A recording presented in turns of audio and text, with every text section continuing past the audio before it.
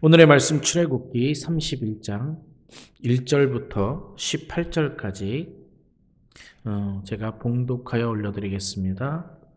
1절부터 18절까지 모두 다 봉독합니다.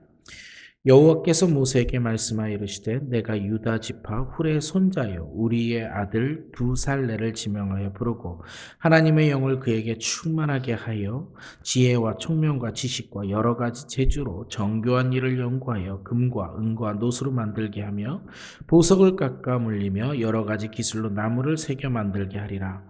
내가 또 단 지파 아히사막의 아들 오홀리압을 세워 그와 함께 하게 하며 지혜로운 마음이 있는 모든 자에게 내가 지혜를 주어 그들이 내게 명령한 것을 다 만들게 할지니 곧 회막과 증거궤와 그 위에 속죄소와 회막의 모든 기구와 상과 그 기구와 순금 등잔대와 그 모든 기구와 분향단과 번제단과 그 모든 기구와 물두멍과 그 받침과 제사장직을 행할 때 입는 정교하게 짠 의복 곧 제사장 아론의 성의와 그의 아들들의 옷과 관유와 성소의 향기로운 향이라 물은 내가 명령한 대로 그들이 만들지니라. 여호와께서 모세에게 말씀하여 이르되 너는 이스라엘 자손에게 말해 이르기를 너희는 나의 안식일을 지키라. 이는 나와 너희 사이에 너희 대대의 표징이니 나는 너희를 거룩하게 하는 여호와인 줄 너희가 알게 함이라.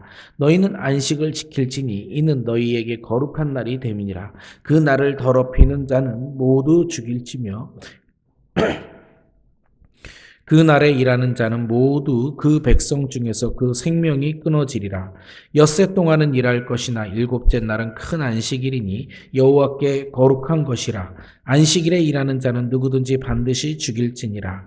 이같이 이스라엘 자손이 안식일을 지켜서 그것이 대대로 영원한 언약을 삼을 것이니 이는 나와 이스라엘 자손 사이의 영원한 표징이며 나 여호와가 엿새 동안에 천지를 창조하고 일곱째 날에 일을 마치고 쉬었음이라 하라. 여호와께서 시내산 위에서 모세에게 이르시기를 마치신 때에 증거판 돌을 모세에게 주시니 이는 돌판이요 하나님이 친히 쓰신 것이라. 아멘. 오늘 말씀 출애굽기 31장은 크게 세 가지 이야기로 되어 있습니다. 첫 번째 이야기가 부살렐과 오홀리압을 지명하여서 그들에게 성막에 필요한 성물들, 기구들을 제작하라고 명령하시는 겁니다. 그리고 12절부터 17절까지는 안식일을 지키라라고 하는 명령을 주시는 거고요. 마지막 18절은 십계명 돌판을 받는 것에 대해서 언급되어져 있습니다. 요즘 혹시 성경 일독을 하시고 또 하다 보면 출애굽기를 읽다 보면 조금 반복된다라는 느낌을 받을 때가 있을 겁니다. 특히 이 성막에 관해서는 되게 반복된다라는 느낌을 받습니다. 이유가 있습니다. 50장이나 됩니다. 앞으로 성경 일독을 하시다 보면 뭐 민수기에도 나오고 레위기에도 나오니까 반복이다 그런데 성경 책이 달라지면 반복일 수는 있습니다. 그러나 같은 성경 내에서 우리 지금 읽고 있는 출애굽기 성경 내에서 반복된다고 느껴지면 반복이 아닙니다. 지금 나오는 25장에서는요. 25장부터 나오는 성막에 관해서는 하나님이 이렇게 만들어라 라고 하는 겁니다. 25장부터 지금까지 나오는 거요. 앞으로 제사장의 직분과 율법에 대해서 약간 언급한 다음에 또 다시 성막과 기물에 대해서 나옵니다. 또 나오는 건 그때는 인간이 이렇게 만들어서 봉헌하였다라고 하는 겁니다. 그러니까 지금은 하나님의 명령이다라고 하는 걸 강조하고 있는 겁니다. 지금 우리가 읽고 있는 영역은 하나님이 명령으로 성막을 이렇게 만들어라 이렇게 얘기하는 겁니다. 여러분 성막에 혹시 머릿속에 안 보고 탁 들어가면 무엇이 배치되어 있는지 머릿속에 있으십니까? 혹시 없으신 분들을 위해서 우리 성막을 한번 좀 정리를 한번 해볼게요. 성막은 맨 앞에 들었으면 9m짜리 입구가 있습니다. 그래서 입구에 딱 들어가면 제일 보이는 게 뭐냐면 입구를 딱 들어가면 제일 먼저 보이는 게 번제단이 보입니다. 그리고 번제단 옆이 성막들인데 이 성막들에서 제사장들이 짐승을 안수하여 도축하는 장면들이 보통 그림에 나와 있습니다. 그리고 이 번제단 뒤에 뭐가 있냐면 물두멍이 있습니다. 이 물두멍이 있고요. 물두멍에서 손을 씻어서 정결의식을 하고 나면 안으로 들어가는 겁니다. 이제 안으로 들어가면 지성소가 있어요. 지성소에는 무엇이 있는지 아십니까? 들어가면 오른쪽에는 떡상이 있어요. 왼쪽에는 등잔대라고 하는 메노라라고 하는 등잔대가 있고요. 정면에는 분향단. 아까 앞에 있는 건 제단이요. 번트 제단입니다. 근데 성소 안에 있는 건 분향을 피우는 겁니다. 분향단. 그리고 휘막이 있고 휘막 뒤에는 아크, 하나님의 궤가 있고 그것을 지성소라 이렇게 이야기합니다. 자, 여러분, 제가 이렇게 설명하고 있는 이유가 있어요. 이 모든 것을 하나님이 설명해 줍니다. 이렇게 만들어라, 이렇게 만들어라, 이렇게 만들어라 설명해 주는데 여러분한테, 우리한테 다 그림으로 디자인을 주시지 않았어요. 그러니까 뭐가 문제냐? 치수랑 이렇게 크기하고 형식은 있는데 디자인이 없어. 그러면 그 디자인은 누가 해야 되는 거예요? 사람이 해야 되는 겁니다.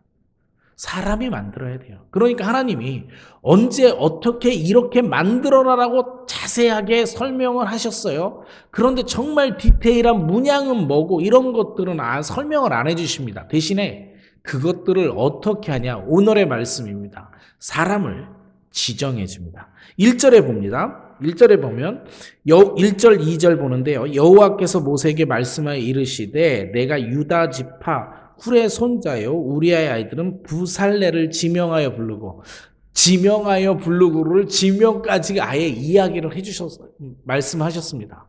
그리고 좀 건너뛰어서 6절에 보면 내가 또 단 지파 아히사막의 아들 오홀리압을 세워 그와 함께 하게 하며 지혜로운 마음이 있는 모든 자에게 내가 지혜를 주어 그들이 내게 명령한 것을 다 만들게 할지니라. 그러니까요, 대표적인 걸로 물두멍입니다. 여러분, 물두멍에는요 하나님이 그냥 손을 씻을 그릇을 베신을 만들어라 라고 했지 물두멍의 크기나 이런 것들이 디자인이 없어요. 그래서 여러분, 혹시 인터넷에서 성막 그림을 다운받아 보면 물두멍 디자인은 또 사람들이 생각해서 만든 거라 다양하게 나옵니다. 아무튼 성막이나 어떤 디자인, 그 안에 들어있는 그림들 이런 것들을 그리려면 대단한 지혜, 요즘 나오는 디자이너들의 창의가 필요합니다. 그러니까 하나님께서 어떻게 하시냐면 6절에요.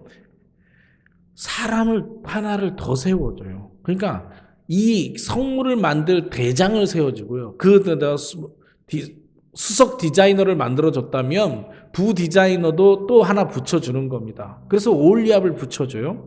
그렇게 하고요. 그렇게 하고 그들에게 무엇을 주냐? 3절, 4절, 5절을 한번 읽어볼게요. 3절이요. 하나님의 영을 그들에게 충만하게 하여 지혜와 총명과 지식과 여러 가지 재주로 정교한 일을 연구하며 금과 은과 노수로 만들게 하며 보석을 깎아 물리며 여러 가지 기술로 나무를 새겨 만들게 하리라. 이렇게 되어 있습니다. 여러분, 뭐 큰 의미는 없지만 부살레라고 하는 사람의 이름은요, 부 안에 살, 보호, 엘, 하나님의 보호 아래라고 하는 뜻을 이름을 갖고요. 오홀리압이라고 하는 사람은 하나님 아버지는 나의 장막이라고 하는 뜻을 갖고 있는 이름입니다. 이런 이름을 갖고 있는 원래 태초부터 아예 하나님의 보호 아래 장막을 만들겠다는 하나님의 계획으로 이름을 먼저 다 태초부터 계획하셔서 이 사람들을 불러서 뭐 해줬냐면요, 그들에게 지혜와 총명과 지식과 여러 가지 죄주와 정교한 일을 연구할 수 있는 능력을 부어주셨어요. 자, 지명하여 부르셨습니다. 원래부터 예정하였고 지명하여 불러주셨어요. 거기에다가 모질랄까봐 능력을 부어주십니다. 그런데 더욱더 놀라운 게 있습니다. 오늘 은혜가 되는 건 3절인데요. 하나님의 영을 그에게 충만하게 해줍니다. 그러니까 하나님의 영을 그에게 충만하게 해주는 거예요. 여러분, 지명하여 불렀어요. 하나님이 지명하여 불러서 그에게 능력도 주시지만 그 전에 뭐 했다고요? 충만한 영을 부어주시는 겁니다. 그래서 일을 시키는 거예요. 자, 그럼 여기서 질문이 하나 있습니다. 제가 질문을 하나 한번 해볼게요. 그러면 이 성막은 하나님이 다 하신 걸까요? 아니면 인간은 아무것도 안 한 거가 될까? 하나님이 다 하신 것 같지 않습니까, 여러분? 하나님이 다, 하나님이 사람도 지정하고, 능력도 부어주시고, 영도 부어주셨으니까. 근데 이건 어떨까요? 정말 하나님이 혼자 하고 싶으셨으면 하늘에서 성막을 만들어서 내려오면 안 될까요? 그죠? 가능하잖아요. 세상을 창조하신 분이 그게 안 될 것 같아요? 그럴 수 있는데 굳이 사람한테 입 아프시게 설명하시고 사람을 세워서 네가 만들으라 그러고 어떤 특정한 중요한 것들은 정해주지만 아주 디자인이나 이런 것들은 사람이 알아서 하게 해주시고 이렇게 하는 겁니다. 사람을 부르시는 목적이 함께 하고 싶어서 하시는 겁니다. 제가요, 신학교를 다니다가 저한테 약간 충격적인 인사이트가 있어서 조금만 어려운 걸 한번 나눠보려고 합니다. 우리 한국어와 미국어 이 언어에 없는 개념이 있습니다. 우리 한국어에는요, 여러분 이거 보십시오. 먹다, 능동형 동사라는 거 아시죠? 능동태라고 합니다. 토끼가 사자에게 먹히다. 그러면 이건 뭡니까? 수동형, 수동태라고 이야기를 하죠. 그죠? 그래서 이거 능동태, 수동태 이렇게 이야기를 합니다. 문법 모르셔도 됩니다. 문법 얘기하려고 그러는 건 아닌데. 그런데 히브리어와 헬라어는 구약과 신약이 써진 언어에는요, 중간태라는 게 있습니다. 뭔지 아십니까? 중간태. 이게요, 능동형도 아니고 수동형도 아닙니다. 제가 인사이트가 있어 분명히 기억합니다. 교수가 이걸 이렇게 말했습니다. 미국인 교수였는데 미국인 교수가 하는 말이 이런 거예요. 미국어에도 없기 때문에 나한테도 없는 개념이다. 내가 여러분한테 중간태를 가르쳐 주려고 하는데 중간태는 능동과 수동의 중간형이 아니다. 그래서 우리는 머릿속에 개념이 없기 때문에 설명하는 나도 힘들고 듣는 여러분도 힘들 것이다. 그러나 이렇게 생각하라. 100% 능동태고 100% 수동태가 중간태다라고 얘기합니다. 어렵지 않습니까? 이런 겁니다. 누가 시켜서 하는 건데 누가 시켜서 하는 거예요. 그런데 내가 시켜서 하는 게 아니라 시킴은 받았지만 내 의지를 가지고 100% 내 의지를 가지고 했을 때 그게 중간태 동사입니다. 죄송합니다만 헬라어는 중간태라고 하나로 되어 있는데 히브리어는 이 중간태 반사역 동사라고 하는 게 5가지 종류가 있습니다. 이것도 종류가 5가지 중에 있어요. 그 중에 우리나라 말로 반사동사, 반사역 동사, 사역, 시키는 동사의 반대다 해서 반이다 해서 반사역 동사, 히파엘이라고 하는 동사가 있습니다. 여러분 그냥 원어 그대로 하나 쓸게요. 히파엘이라는 동사가 있는데 이건 더 어렵지만 그냥 중간태 동사다 이렇게 생각하시면 됩니다. 여러분 우리 안에 언어가 없는 게 하나 있습니다. 우리가 갖고 있는 언어, 세계관 속에 없는 게 무엇이냐면 하나님이 시켜서 하지만 내가 정말 자발적으로 하는 겁니다. 우리 안에 없어서 어떤 개념으로 설명할 수 없지만 100% 시켜서 하는 일이지만 100% 내가 자발적으로 하는 겁니다. 히브리어와 헬라어에는 이 동사가 있습니다. 제가 이 동사를 듣고 깨달았어요. 그냥 영어가 세계를 주름잡지 말고 헬라어가 로마 시대 때 세계어 쓰니까 헬라어가 그냥 쭉 세계어로 이렇게 쓰였으면 좋았을 뻔했겠다. 왜? 우리가 성경을 이해할 때 훨씬 더 하나님의 의도를 가깝게 이해할 수 있는 겁니다. 제가 오늘 이렇게 이야기하는 이유가 있습니다. 먼저요, 오늘 하나님께서 사람을 지명하여 불러서 성막을 만들라고 명령하십니다. 그러면 사람들이 성막을 만드는데 이 부살렐과 올리압과 기타 여러 이제 심부름꾼들이 있겠죠. 만드는데 이 사람들이 정말 이 성전에 기쁜 마음으로 나와서 100% 능동적으로 만들지 않았을까 생각합니다. 왜냐고요? 저는요 이렇게 생각합니다. 지명하여 불렀나니 했을 때 가끔 사람들은 지명하여 불렀나니 하면 목사를 불렀겠지, 선교사를 불렀겠지, 장로님은 불렀겠지 이렇게 생각하십니다. 나는 안 부른 것 같은데 아닙니다. 하나님께서 안 부르신 분이 없습니다. 이제는 만인 제사장 시대가 돼서 모든 사람에게 명령하셨어요. 땅끝까지서 나의 증언자가 되달라고. 여중에 여러분께서 안 부름을 당하신 자가 없는 겁니다. 모두 하나님께서 지금 부르시고 모두에게 나의 증인이 되어달라고 이야기하고 계시는 겁니다. 명령입니다. 그러면 이 명령을 수반하는 우리는 시키니까 하는 동사가 아니라 정말 하나님의 명령이지만 내가 자발적으로 하는 동사가 되기를 소망합니다. 저는 하나님께서 불러주신 것을 무한한 영광으로 합니다. 가끔 제가 입버릇처럼 하는 게 있습니다. 나는 인류 구원은 안 해도 될 것 같아. 인류 구원은 하나님이 하시는 거고 내가 해야 될 일은 하나님이 혼자서도 다 하실 수 있는데 나를 이 영광스러운 자리에 동참시켜 줬다고 생각을 합니다. 정말 그렇게 생각합니다. 입버릇처럼 얘기합니다. 굳이 인류 구원 내가 하려고 막 큰 일을 하려고 안 해도 하나님이 다 하실 수 있어. 근데 나를 불러주셨어. 그냥 디자인하는 그 정도면 될 것 같아 라고 이야기하는 겁니다. 그리고 하나님이 오늘 말씀을 제가 다 끝까지 읽은 이유가 이겁니다.